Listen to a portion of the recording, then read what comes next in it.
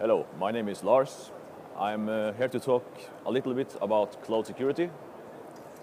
Cloud has been a topic on VMworld for quite a few years now, and we are all seeing that the cloud is coming whether you want it or not. Some customers has already implemented cloud solutions, some have moved some of their business to the cloud, but many are still waiting to move to the cloud.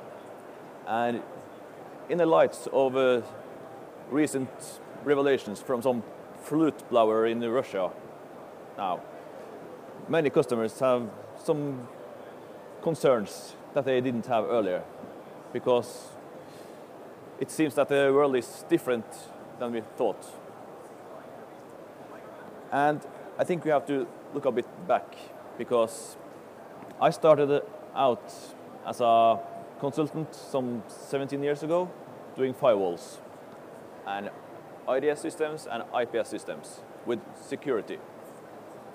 And back then the internet was different than now, because it was very open and it was majorly academic environments, but more and more customers were getting connected to the internet, so I helped them do that in a secure way.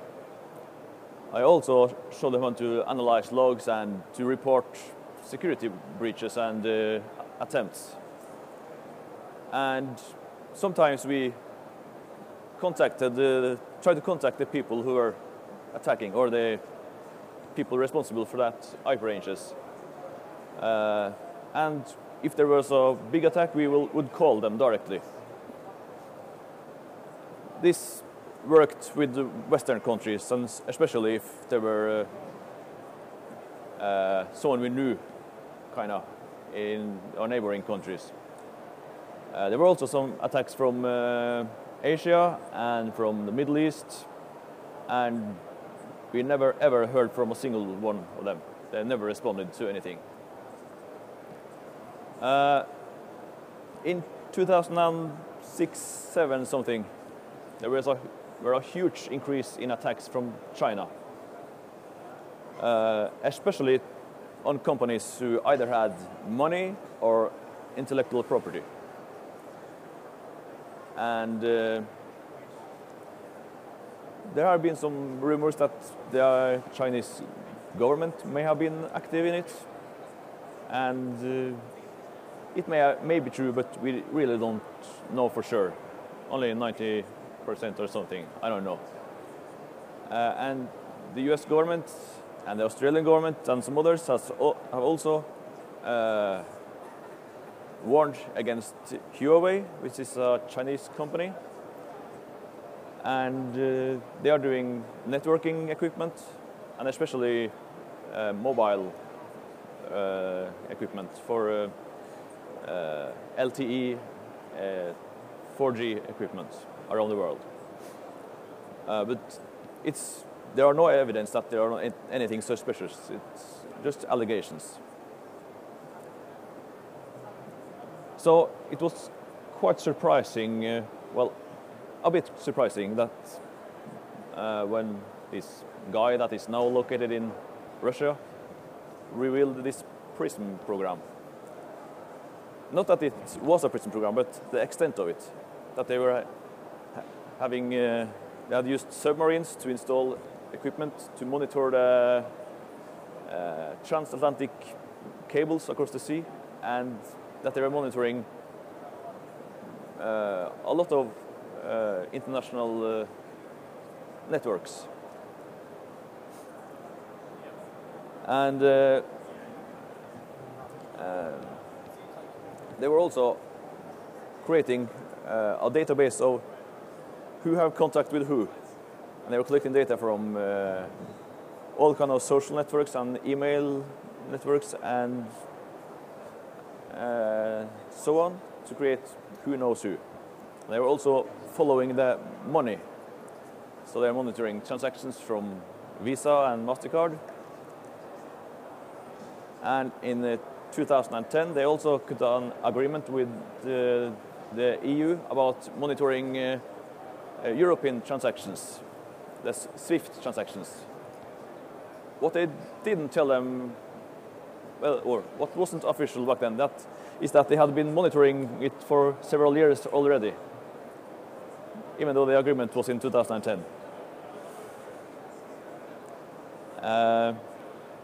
So, in a cloud perspective, for a European company to host data in a cloud outside the EU or the EEA, you need to have this safe harbor agreement with the US if you're hosting in the US. The safe harbor agreement, it secures both parties.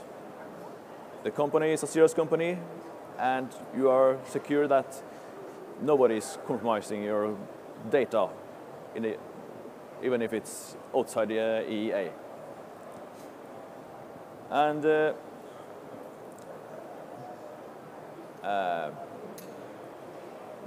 after the prison scandal now, this agreement is being looked upon again, because after all the abuse, because NSA has 90,000 employees who have access to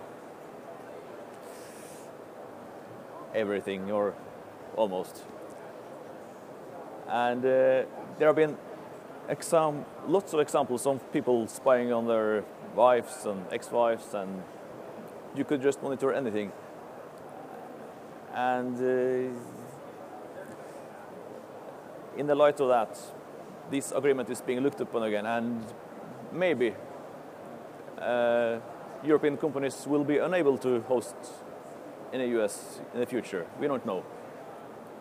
What we do know is that Brazil and will definitely not allow anyone to host in the US anymore, because NSA were spying on their president and the national oil company, Petrobras.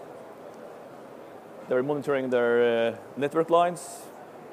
They were monitoring the cell phone to the CEO. And it's hard to explain how that can protect Americans, or yeah, because it looks very much like industrial espionage. And I think that is outside the mandate of the NSA. I don't know. But they are doing what they can to protect the US, they say. I don't know.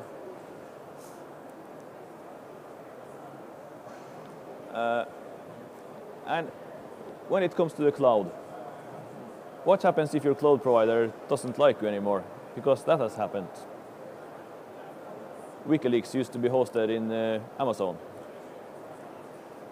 And a senator contacted Amazon and said, "Hey, we don't like this." And WikiLeaks had to move on a 0-day notice.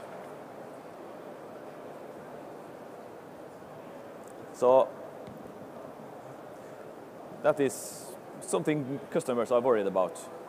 How can I trust that my provider will even exist in a few months' time? So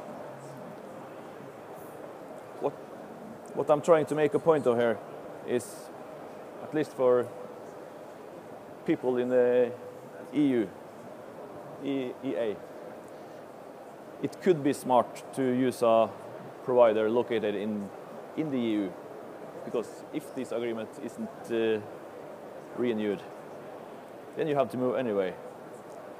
And there is also a lot of focus on green IT nowadays. And it could be wise to choose a data center in a country with stable politics, stable electricity, and good internet connection. That could mean one of the Nordic countries, but it could also mean the new data center in Portugal. They have a big solar cell system there. You just have to make sure you're doing it the right way.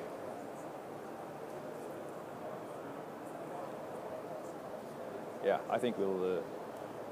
Yeah, yeah.